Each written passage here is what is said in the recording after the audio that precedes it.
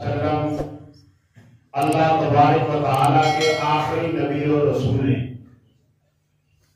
محمد رسول اللہ صلی اللہ تعالیٰ علیہ وسلم پر اللہ تبارک و تعالیٰ نے نبوت و رسالت کا دروازہ بند فرما دیا، اور نبی مہربان صلی اللہ علیہ وسلم نے فرمایا اگر میرے بعد کوئی نبی ہوتا تو وہ حضرت عمر رضی اللہ تعالیٰ عنہ ہوتے۔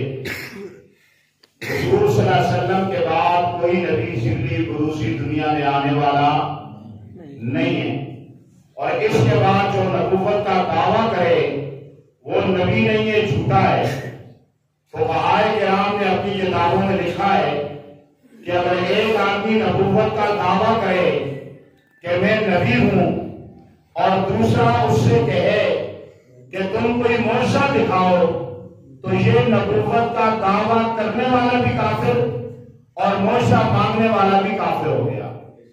سید عطا اللہ شاہ صاحب بخاری رحمت اللہ علیہ نے فرمایا کہ ختم نبوت کی حفاظت میرا جزو ایمان ہے، ختم نبوت کی حفاظت ہمارا جزو ایمان ہے۔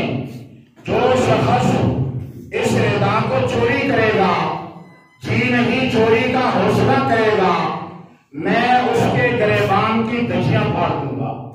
میں میاں کے سوا کسی کا نہیں، نہ اپنا نہ پرایا، میں انہی کا ہوں، وہی میرے ہیں جن کے حسن و جمال کو خود رب کعبہ نے قسمیں کھا کھا کر آراستہ فرمایا۔ تو نبی مہربان صلی اللہ علیہ وسلم کے بعد دنیا میں کوئی نبی آنے والا نہیں، اور جو نبوت کا دعویٰ کرے وہ کیا ہے جی؟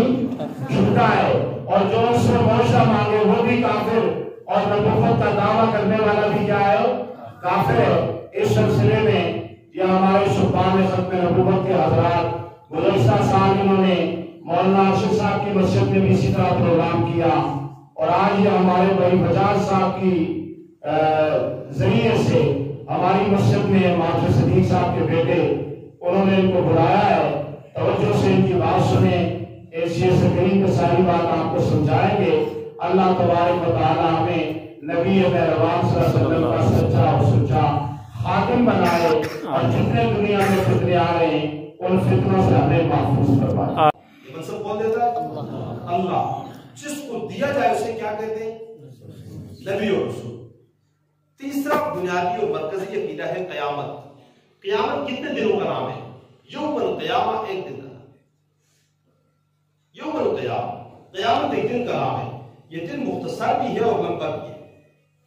اس کا مختصر اور لمبا ہونا اعمال کی زیادتی کے ساتھ ہے۔ اگر برے اعمال زیادہ ہیں تو یہ دن لمبا ہے۔ کتنا؟ 50,000 سال کے بعد۔ اور اگر اچھے اعمال زیادہ ہیں تو یہ دن مختصر ہے۔ کتنا؟ جتنا عصر سے مغرب تک کا وقت، یا اس سے بھی کا۔ اللہ تعالیٰ ہم سب کے لیے اس دن کو انتہائی مختصر فرما دے۔ یہ تین مرکزی اور بڑے میرے سوال آپ سے ہیں، علماء سے ہیں، آپ نے جواب دینا ہے۔ ان تینوں عقائد میں توحید، رسالت اور قیامت میں درجے اور مرتبے کے اعتبار سے سب سے بڑا عقیدہ کون سا ہے؟ توحید۔ جی توحید۔ سب بولے توحید۔ ان تینوں عقائد میں اہمیت کے اعتبار سے سب سے اہم عقیدہ کون سا ہے؟ رسالت۔ کون سا عقیدہ؟ رسالت۔ درجے اور مرتبے کے اعتبار سے سب سے بڑا عقیدہ؟ درجے اور مرتبے کے اعتبار سے سب سے بڑا عقیدہ توحید۔ اہمیت کے اعتبار سے سب سے اہم عقیدہ رسالت۔ یہ رسالت کا عقیدہ اہم کیوں؟ توحید کا عقیدہ اہم کیوں ہے؟ ہم نے کہا کہ درجے اور مرتبے کے اعتبار سے سب سے بڑا عقیدہ توحید ہے، لیکن جہاں اہمیت کی بات آئے گی تو اہم عقیدہ رسالت ہوگا۔ اس کی وجہ کیا ہے؟ یہ عقیدہ اہم کیوں ہے؟ دیکھیں، قل هو اللہ احد، اللہ کتنے ہیں جی؟ آپ میں سے کسی نے اللہ کو دیکھا ہے کیا؟ پھر کیوں کہتے ہیں؟ آپ یہ کس کے کہنے میں کہہ رہے ہیں کہ اللہ ہے؟ رسالت۔ رسالت کہتے ہیں، رسول کیا کہتے ہیں؟ قل هو اللہ احد، اللہ ایک ہے، ہم نے نہیں دیکھا، ہمیں رسالت یعنی رسول نے بتایا تو ہم نے مان دی ہے۔ قیامت ایک دن کا نام ہے، دیکھا کوئی کیا اس نے بتایا؟ مانتے ہیں کہ یہ تیرے برحق ہے؟ یہ کس کے کہنے پہ مان رہے ہیں؟ قرآن اللہ کی کتاب ہے، اللہ نے جبرائیل کو دی اور جبرائیل نے حضور صلی اللہ علیہ وسلم کو دی۔ کسی نے یہ کلام جبرائیل کو اللہ سے لیتے ہوئے حضور صلی اللہ علیہ وسلم کو دیتے ہوئے دیکھا نہیں، لیکن ایمان ہے کہ یہ کلام کس کا؟ یہ ایمان ہمارا کس کی وجہ سے بنا؟ رسالت کی وجہ سے۔ میرے اور آپ کے قدموں میں 6 فرشتے بیٹھے ہوئے، کتنے؟ 6 دو کتنے؟ 2 فرشتے بیٹھے ہوئے، کتنے؟ 2 فرشتے۔ کبھی ان کو دیکھا ہے؟ نہیں بوجھ محسوس کیا ہے؟ نہیں یہ کس کے کہنے پہ مان رہے ہیں؟ رسالت کے کہنے پہ۔ سابقہ انبیاء کو دیکھا ہے؟ سابقہ آسمانی کتابیں صحیفے دیکھتے ہیں، لیکن ایمان ہے کہ یہ سب کچھ ہے۔ یہ ایمان کس کے کہنے کی وجہ سے بنا؟ رسالت یعنی رسول اللہ صلی اللہ علیہ وسلم نے کہا ہم نے مان لیا۔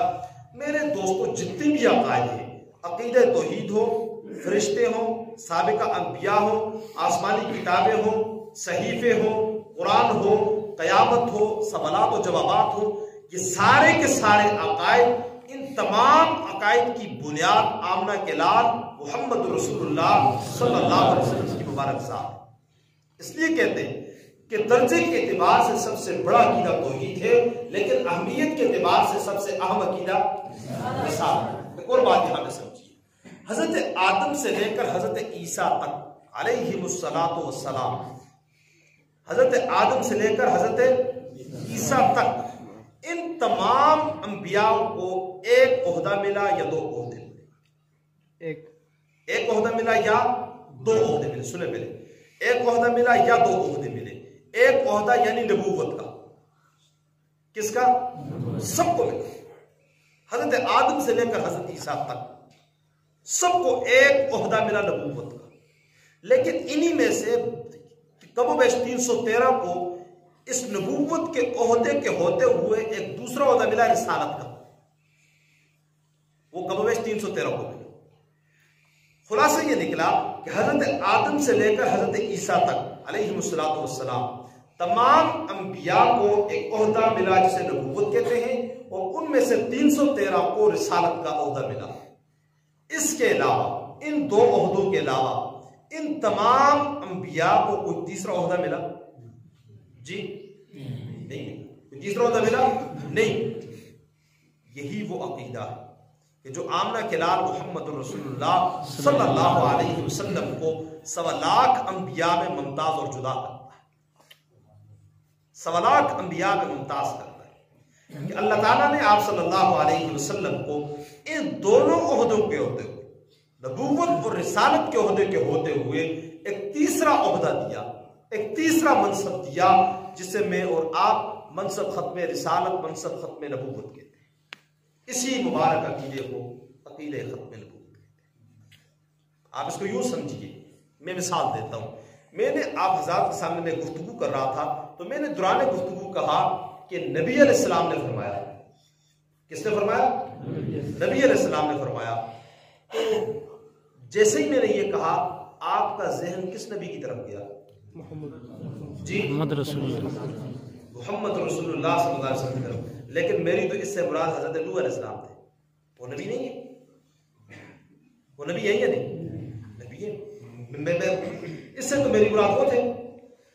میں نے کہا جی نبی علیہ السلام نے فرمایا، آپ کا ذہن کس طرف گیا؟ محمد صلی اللہ علیہ وسلم۔ میری مراد تو حضرت ابراہیم تھے، وہ نبی نہیں ہے۔ میں نے کہا کہ نبی علیہ السلام نے فرمایا، آپ کا ذہن کس طرف گیا؟ حضور صلی اللہ علیہ وسلم کی طرف۔ میری مراد تو حضرت اسماعیل تھے، حضرت آدم تھے، حضرت شیش تھے، حضرت عیسیٰ تھے، حضرت موسیٰ تھے، 1.25 لاکھ انبیاء میری مراد تھے۔ کیا اس نبی علیہ السلام کے فرمانے کی وجہ سے آپ صلی اللہ علیہ وسلم کو اس نام نے 1.25 لاکھ انبیاء میں سے جدا کیا؟ نہیں، جدا کیا۔ میں نے کہا خاتم النبیین صلی اللہ علیہ وسلم نے فرمایا، اب آپ فرمائیں اس سے مراد کون؟ محمد رسول اللہ۔ کیا اس سے مراد حضرت آدم ہو سکتے ہیں؟ نہیں۔ حضرت عیسیٰ ہو سکتے ہیں؟ نہیں۔ حضرت موسیٰ ہو سکتے ہیں؟ نہیں۔ کیوں؟ خاتم النبیین نہیں۔ یہ منصب اللہ تعالیٰ نے 1.25 لاکھ انبیاء میں سے صرف اپنے محبوب پیغمبر کو عطا کیا صلی اللہ علیہ وسلم. 1.25 لاکھ انبیاء میں سے صرف رسول اللہ صلی اللہ علیہ وسلم کو یہ منصب اور عہدہ عطا کیا ہے. آپ کے علاوہ 1.25 لاکھ انبیاء میں سے اللہ تعالیٰ نے یہ منصب کسی اور نبی اور رسول کو عطا نہیں کیا. اسی مبارک عقیدے کو عقیدہ ختم نبوت کہتے ہیں. عقیدہ ختم نبوت کیا ہے؟ کسے کہتے ہیں؟ اس کی تفصیلات کیا ہے؟ ہم عام طور پہ پتہ کیا سمجھتے ہیں؟ خوب توجہ رکھیں. ہم یہ سمجھتے ہیں، ہم یوں کہیں تاجدار ختم نبوت زندہ باد، مرزائیت مردہ باد، قادیانیت مردہ باد. یہ کہا تو حضور کی ختم نبوت بھی زندہ باد ہو گئی، مرزائیت بھی فتح ہو گئی. ایسی بات نہیں. یہ بات ذہنوں سے نکال.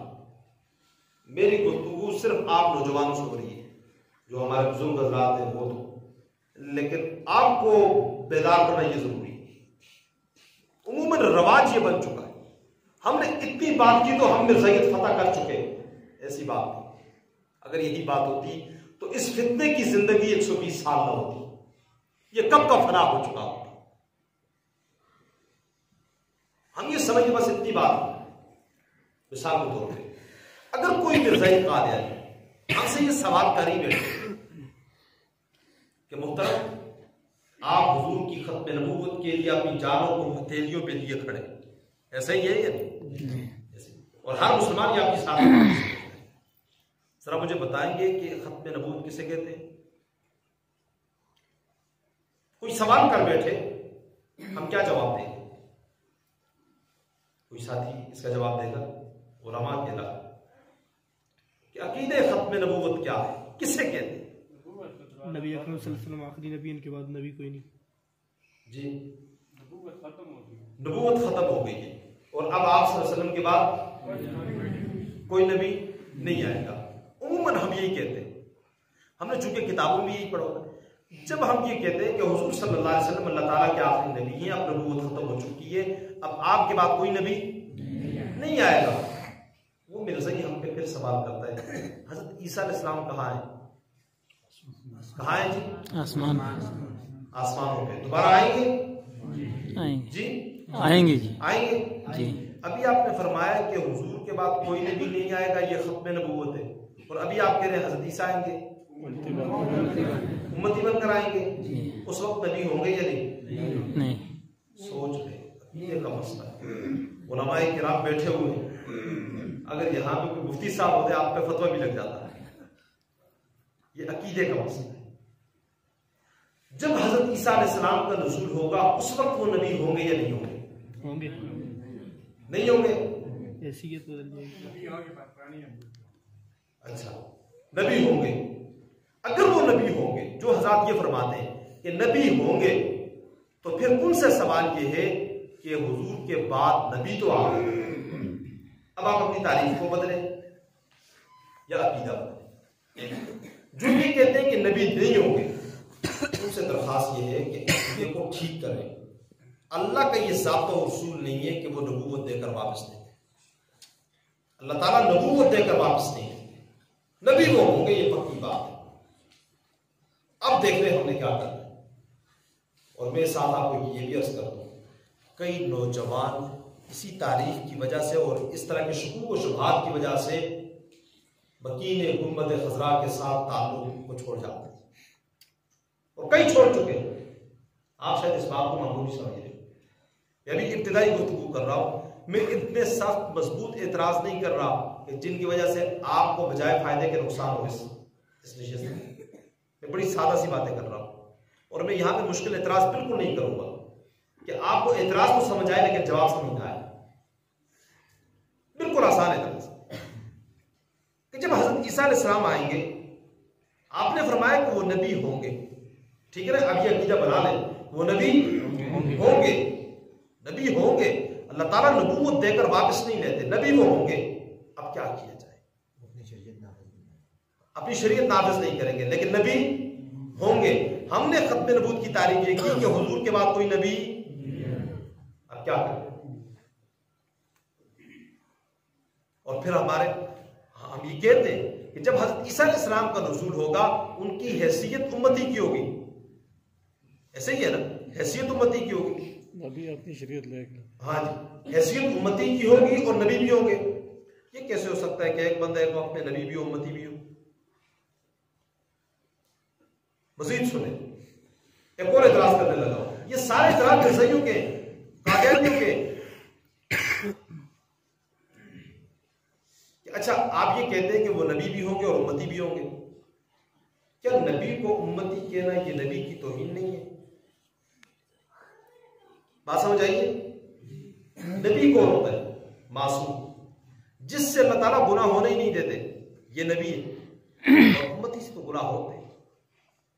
آپ کہہ رہے ہیں کہ حضرت عیسیٰ علیہ السلام حیثیت امتی کی ہوگی، کیا یہ ان کی توہین نہیں ہے؟ اس طرح کے اعتراض یہ بھی بالکل آسان ابتدائی، یہ فتنہ مرزائیت، یہ اس کو 1.25 سال کی ویسے 125 سال میں سے نہیں ہو گئے بھائی، تو کہتے ہیں بس نعرہ لگایا تو مرزائیت فتح ہو گئی، اور طرح طرح کی باتیں، وہ جی وہ مرزائی وہ باہر کے ویزے دیتے تو لوگ ایمان چھوڑ جاتے ہیں، کوئی ایمان اس پر نہیں چھوڑتا، اکا دکا،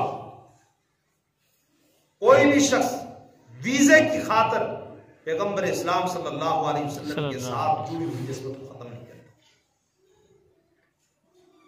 وہ کار کوٹھی بنگلے کی لالچ بہت بات کی بات ہے، پیسے کی وجہ سے، اگر پیسے کی وجہ سے آپ لاکھوں نہیں کروڑوں روپے لے کر آپ نے محلے کے کسی غریب کے گھر میں جائیں اور اسے یہ آپ یہ کہیں 1 کروڑ روپے لے لیں اور آپ اللہ تعالیٰ کا انکار کر دیں، ایسا وہ کرے گا؟ پھر کیوں کہتے ہیں؟ صاف بات، یہ جو بات ہم کرتے نا، یہ ہمارے سر پہ جو ذمہ داری تھی اس ذمہ داری کو ٹالنے کے لیے ہم نے لوگوں کو بتایا ہی نہیں ہے کہ ختم نبوت ہے کیا ہے، مرزائیت اتنا خطرناک فتنہ کیوں ہے، یہ فتنہ ہے کیا ہے۔ لوگوں کو اتنا بتایا کہ مرزائی کافر ہے، لوگ اس پہ کاربند ہیں، جان دے دیں گے، پیچھے نہیں کریں، کافر ہے تو کافر ہے مرزائی بس۔ لیکن ہمارے جو لوگ وہ اسلام کو چھوڑ جاتے ہیں، پیغمبر اسلام صلی اللہ علیہ وسلم کو چھوڑ جاتے ہیں، اس کی وجہ یہ ہے کہ ان کو پتہ نہیں ہوتا، ان کو یہ بتانا ذمہ داری کس کی ہے، یہ کس کی ذمہ داری بتائیں؟ ہماری، ہم سب کی، یہ صرف ایک مولوی کی ذمہ داری نہیں ہے۔ آپ یہ کہہ سکتے ہیں کہ امامت و خطابت، تدریس، نکاح پڑھانا، جنازہ پڑھانا، یہ مولوی صاحب کی ذمہ داری اس وجہ آتی ہے، لیکن رسول اللہ صلی اللہ علیہ وسلم کی عزت، آپ کی ناموس، ختم نبوت کا تحفظ، یہ ہر امتی کی ذمہ داری ہے، یہ ہر امتی کی ذمہ داری اور سب سے پہلی اور سب سے بڑی ذمہ داری ہے۔ یاد رکھیں، ماں باپ کی عزتیں حضور پہ قربان ہو جائیں، خدا کی قسم ماں باپ کی عزتوں سے کہیں زیادہ رسول اللہ صلی اللہ علیہ وسلم کی عزت و ناموس کے تحفظ کی ضرورت ہے آج، کہیں زیادہ۔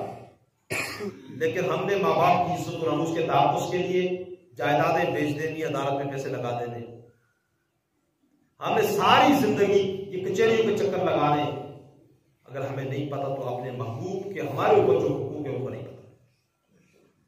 ہمیں جانوروں کے حقوق پتا ہے کہ سردیوں میں اس کو اندر لے کے جانا ہے، گرم پانی دینا ہے، اس کے آگے چارہ یہ ڈالنا ہے، اس کا یہ بندوق ہے، جانوروں کے حقوق کا پتا ہے۔ لیکن آج کے مسلمان کو نہیں پتا، اگر پتا ہے تو وہ لاپرواہی کر رہا ہے، وہ رسول اللہ صلی اللہ علیہ وسلم کے حقوق سے لاپرواہی، غفلت برت رہا۔ آپ کا سب سے بڑا حق اپنی امت پہ آپ کی عزت و ناموس کا تحفظ، سب سے بڑا حق۔ ہم دیکھیں کہ ہم اس حق کو کتنا ادا کر رہے ہیں۔ ہم روز محشر حضور سے منہ کیسے ملائیں گے؟ مسلمان ہیں، خود رسول اللہ صلی اللہ علیہ وسلم نے فرمایا لا یؤمن احدکم حتی اکون احب الیہ من والدہ وولدہ والناس اجمعین، تم اس وقت تک مسلمان نہیں ہو سکتے جب تک اپنے ماں باپ سب سے بڑھ کے وہ آپ اس محبت نہ کرو۔ قرآن نے رسول اللہ صلی اللہ علیہ وسلم کی جہاں بات آئی، آپ کے حقوق کی بات آئی، فرمایا النبی اولی بالمؤمنین من انفسہم، کہ مسلمانوں پر ان کی جانوں کے حق سے زیادہ ان کے نبی کا حق ہے۔ مسلمانوں پر ان کی جان سے زیادہ ان پہ ان کے نبی کا حق ہے۔ اتنا آگے چل گیا. ہم اس حق کو کتنا ادا کر رہے ہیں؟ ہمیں تو بنیادی عقیدے کا پتہ نہیں. ہم نے عزت کا تحفظ کیسے؟ بھلا آج تک کسی سکول میں عزت کا تحفظ یا غیرت بھی سکھائی جاتی ہے؟ نہیں. ایسا کوئی سکول نہیں ہے، ایسا کوئی ادارہ نہیں ہے جہاں پہ غیرت میں سبق دیا جاتا ہو. ان پڑھ سے ان پڑھ بندہ ہو، ان پڑھ بندہ ہو، کبھی سکول کے پیچھے سے نہ گزرا ہو، لیکن اپنے ماں باپ بیوی بچوں کی عزت و ناموس کا تحفظ کرنا وہ بھی جانتا ہے. مسلمان کو کیوں کھینچ کھینچ کے لایا جا رہا ہے؟ کیا وجہ ہے؟ ساری عبادات اپنی جگہ، نماز اچھی، روزہ اچھا، زکوٰۃ اچھی، حج اچھا، مگر باوجود میں اس کے مسلمان نہیں ہو سکتا. نہ جب تک کٹ برو خواجہ مطلب کی حرمت پر خدا شاہد ہے کامل میرا ایمان نہیں ہو سکتا. ساری عبادات اپنی جگہ، لیکن یہ عزت رسول کے تحفظ میں پوچھا جائے گا آپ نے کیا کیا. ہم ختم نبوت کی تعریف ایسی کریں. یہ میں آپ کو اس موضوع کی ایک جھلک دکھا رہا ہوں، یہ مکمل یہاں کچھ نہیں ہو سکتا، ایک جھلک دکھا رہا ہوں. ہم ختم نبوت کی تعریف ایسی کریں کہ جس پہ کوئی اعتراض ہی نہ کر سکے. ہم ختم نبوت کی تعریف ہی ایسی کریں جس پہ اعتراض ہی نہ ہو سکے. وہ تعریف آپ کے سامنے. حضور صلی اللہ علیہ وسلم اللہ تعالیٰ کیا فرماتے ہیں؟ آپ صلی اللہ علیہ وسلم کے بعد اللہ تعالیٰ کسی کو نبوت نہیں دے گے، کسی کو نبوت نہیں دی جائے گی. ایک تاریخ. دوسری تاریخ، حضور صلی اللہ علیہ وسلم اللہ تعالیٰ کے آخری نبی، اب آپ کے بعد کوئی نبی پیدا نہیں ہوگا. اب آپ فرمائیں کہ کیا حضور صلی اللہ علیہ وسلم کے بعد یہ جو تعریف ہے کہ اللہ تعالیٰ کسی کو نبوت نہیں دیں گے، حضرت عیسیٰ علیہ السلام کو نبوت آپ صلی اللہ علیہ وسلم سے پہلے ملی یا بعد میں؟ اعتراض ہو سکتا ہے. دوسری تاریخ، حضور صلی اللہ علیہ وسلم کے بعد کوئی نبی پیدا نہیں ہوگا، حضرت عیسیٰ علیہ السلام پیدا ہوں گے، کیا ہوگا؟ نزول ہوگا. وہ تو آسمان سے اللہ تعالیٰ نے ان کو زندہ آسمانوں کو اٹھایا، زندہ وہاں موجود و محفوظ، دوبارہ زندہ ان کا نزول ہوگا. اب آ جائیں ان اعتراضات کی طرف کہ ایک بندہ ایک وقت میں نبی اور امتی دونوں کیسے ہو سکتا ہے؟ ہو سکتا ہے. ایک بندہ ایک وقت میں نبی اور امتی دونوں ہو سکتا ہے، بلکہ بہت کچھ ہو سکتا ہے. ایک ہی بندہ ہے. آپ کسی بچے کو بھی اٹھا لیں، وہ اپنے باپ کا بیٹا، اپنی خالہ کا بھانجا، دادے کا پوتا، نانے کا نواسا، اپنی بہن کا بھائی. ایک بندے کی ایک وقت میں بہت ساری حیثیتیں ہو سکتی ہیں. میں اب آپ کی مسجد میں مہمان، اپنی مسجد میں امام. میری اس وقت 2 حیثیت ہے. ہم وہاں پہ سندھ میں تھے، وہاں ایک مرزائی نے اعتراض کیا، ریڑھی والا، اور اس کا یہ اعتراض سن کر بڑا دکھ ہوا کہ ریڑھی والا شخص، ریڑھی والا مرزائی جو ریڑھی پہ وہ کچھ کام کر رہا ہے، مونگ پھلی وغیرہ یہ بیچ رہا ہے، اس سے یہ اعتراض کیا. اس نے کہا کہ یہ آپ مجھے یہ فرما دیں کہ کیا حضرت عیسیٰ علیہ السلام کو جب ان کا نزول ہوگا وہ نبی ہوں گے، ان کی حیثیت امتی کی ہوگی، کیا نبی کو امتی کہنا یہ نبی کی توہین نہیں ہے؟ یہ ریڑھی والے کا سوال ہے، یہ مرزائی ہے. اور یہ تو میں بہت آگے چلا گیا ہوں. صرف 3 سالہ بچی مرزائیوں کی، 3 سالہ. یا آپ اگر اس میں مبالغہ کر لیں تو 3.5 سال ہو. 3.5 سالہ بچی مرزائیوں کی. اس سے اس کی ماں مرزائیوں کے عقائد پوچھتی ہے. 3.5 سالہ بچی سے، اور وہ بچی فرور وہ بتاتی ہے، چلے میں دیکھتا ہوں اگر وہ مل جائے تو. 3.5 سالہ. اب آپ اندازہ لگا لیں کہ ہم وہی سوالات اپنے 20 سالہ نوجوان سے کریں، اگر وہ جواب دے دے تو ٹھیک، اگر نہ دے تو پھر یہ لمحہ فکری ہے. آپ یہ سنیں ذرا.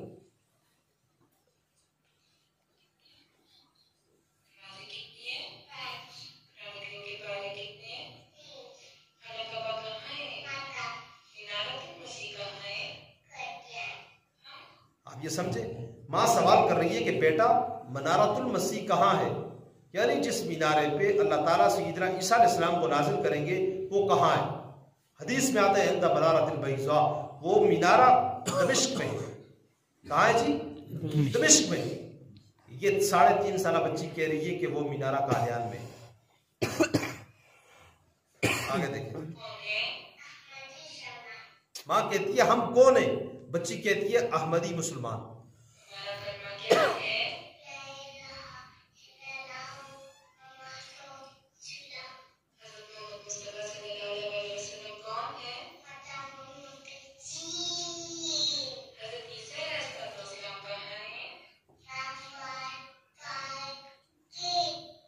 ماں نے سوال کیا حضرت عیسیٰ علیہ السلام کہاں ہیں؟ تو مسلمانوں کا عقیدہ کیا ہے؟ آسمانوں پہ. تو بچی کیا کہتی ہے؟ وفات پا گئے، وفات پا گئے. 3.5 سالہ بچی. یہ آگے اور بھی سوالات ہیں کہ 3.5 سالہ بچی. اور مرزائیوں کے ہاں ہر عمر کے بچے کا علیحدہ نصاب ہے. 3 سالہ، 4 سالہ، 5 سالہ، اس کا نصاب کومپل، اسی طرح آگے یہ چلتا ہی جاتا ہے. مرزا مسرور ہے اس وقت مرزائیوں کا موجودہ سربراہ. اس کا رضائی بھتیجا شمس الدین، وہ الحمدللہ مسلمان ہو چکا ہے، وہ مسلمان ہوا. تو اس نے کہا، مجھے کہا، ہم جامع شرفیہ میں تھے لاہور، اس نے کہا حضور اللہ تعالیٰ کے آخری نبی ہیں، اس عقیدے کا آپ کو پتہ کب چلا؟ میں نے کہا جی ظاہر جب مدرسے میں آیا. اس نے کہا پھر بھی اندازاً کیا عمر ہوگی؟ میں نے کہا تقریباً کوئی 16-17 سال کے لگ بھگ. اس نے کہا میں جب 4 سال کا تھا مجھے سب کچھ پتا تھا. اور ہمارے یہاں ایسی یہ سب کچھ بچپن میں بتا دیا جاتا. ہمارے یہاں رواج کیا ہے؟ اگر مسجد کے امام صاحب، قاری صاحب بچے کو عقیدہ یاد کروا بھی دیں، بچے کے والدین کا کہنا ہوتا ہے کہ یہ بھی بچہ ہے، اس کا ذہن اتنا وہ نہیں ہے، اتنا بوجھ نہیں اٹھا سکتا. قرآن کی مزاج یہ ہے. قرآن کہتا ہے یا بنی لا تشرک باللہ، بیٹا اللہ کے ساتھ کسی کو شریک نہ کرنا. بچپن میں عقیدہ سکھلایا جاتا ہے. ابھی ان کو عقائد ابھی سکھلائے. میں اور آپ جس دور سے گزر رہے ہیں یہ دور فتنوں کا ہے، یہ فتنوں کا دور ہے. اور اس میں ضروری نہیں کہ مرزائی قادیانی میرے اور آپ کے علاقے میں آئیں اور یہاں آ کے تبلیغ کریں اور پھر ہمارے لوگ فتنے سے متاثر ہوں. نہیں، آج کے دور میں فتنوں کے پھیلاؤ کا سب سے بڑا ذریعہ اور سبب میرے اور آپ کے پاس یہ موبائل بھی ہے. سب کچھ اس میں موجود ہے. کوئی بھی شخص وہ اپنے گمراہ کن باطل عقائد اگر کسی دوسرے تک پہنچانا چاہتا ہے، اس کی بڑی آسان ترتیب ہے. وہ اس کا آڈیو ویڈیو ریکارڈنگ کرتا ہے، اس کو پھیلا دیتا ہے فیس بک، یوٹیوب پہ، واٹس ایپ پہ. تو اس کو لوگ وہ اپنے گھر میں بیٹھ کے سن رہے ہوتے ہیں. یعنی اگر میں اس کمرے میں ہوں تو ساتھ والے کمرے میں مجھے نہیں پتا میرا بھائی کس شخص کو سن رہا ہے، میری بیوی کس کو سن رہی ہے، وہ کس سے متاثر ہے. بڑے بڑے لوگ اس طرح گمراہ ہو گئے، بڑے بڑے لوگ. یہ فتنوں کا دور ہے. بلکہ میں آپ سے درخواست کروں، ایک بڑا فتنہ آج کل کے دور کا جو ابھی عروج کی طرف جا رہا ہے، اس فتنے کو ہم نے یہ جو بڑی ابھی یہ گزری بقرعید، اس پہ نہیں پچھلے سال ہم نے دیکھا تھا. اس وقت اس فتنے کو سننے والے تو لوگوں کی تعداد یوٹیوب پہ تقریباً 31 کروڑ کے لگ بھگ 31 کروڑ اس کو سن رہے ہیں، اس کو دیکھ رہے ہیں. پاکستان میں آبادی 31 کروڑ لوگ اس کو سن رہے ہیں. اگر یہ سارے نہیں بھی متاثر، آدھے تو ہوں گے، آدھے بھی نہیں، 1 کروڑ تو ہوگا، وہ بھی نہیں. اگر ایک شخص بھی گمراہ ہوتا ہے تو وہ تبلیغی ساتھی کیا کہتے ہیں؟ ایک کے بارے میں پوری امت سے پوچھو، ہوگی. اس کو کیوں نہیں بتایا؟ اس کو کیوں نہیں بتایا؟ وہ ریڈی والا وہ یہ کہتا ہے کہ جی یہ حضور صلی اللہ علیہ وسلم حضرت عیسیٰ علیہ السلام کو امتی کہنا کیا ان کی توہین نہیں؟ تو یاد رکھیں یہ توہین نہیں. کیسے؟ اسی سے پوچھا کہ جی آپ یہ فرمائیں کیا آپ شادی شدہ ہیں؟ اس نے کہا جی. آپ کے بچے ہیں؟ اس نے کہا بچے بھی. آپ اپنے بچوں کے کیا لگتے ہیں؟ اس نے کہا جی میں اپنے بچوں کا باپ ہوں. ہم نے کہا سوچ لیں. اس نے کہا مولوی صاحب یہ سوچنے والی بات نہیں، میں اپنے بچوں کا باپ ہوں. اچھا آپ یہ فرما دیں کہ آپ اپنے باپ کے کیا لگتے ہیں؟ اس نے کہا بیٹا. وہ ہمارے استاد صاحب تھے، انہوں نے کہا کہ اچھا یہ باپ کو بیٹا کہنا یہ باپ کی توہین نہیں ہے؟ باپ کو بیٹا کہنا یہ باپ کی توہین نہیں ہے؟ ابھی آپ کہہ رہے تھے میں باپ ہوں اور ابھی آپ کہہ رہے میں بیٹا ہوں. اس نے کہا جی آپ بات کو سمجھیں، میری 2 نسبتیں ہیں، 2 حیثیتیں ہیں. ایک نسبت میری اولاد کی طرف ہے اور ایک نسبت میرے باپ کی طرف ہے. اگر آپ میری نسبت میری اولاد کی طرف کریں گے تو میں باپ ہوں، اور اگر آپ میرے باپ کی طرف کریں گے تو میں بیٹا ہوں. کہا بالکل اسی طرح حضرت عیسیٰ علیہ السلام کی 2 نسبتیں اور حیثیتیں ہیں. اگر آپ ان کی نسبت ان کی امت کی طرف کریں گے تو وہ نبی ہے، اور حضور کی طرف کریں گے تو وہ امتی ہے. اور حضور کی طرف جب نسبت کی جائے اور وہ امتی ہو، یہ توہین نہیں، یہ احساس کی. اور اگر قرآن سے سمجھ نہ ہو تو قرآن میں اللہ تعالیٰ نے تمام انبیاء کرام سے یہ وعدہ لیا تھا وَإِذَا أَخَذَ اللَّهُ مِيثَاقَ النَّبِيِّينَ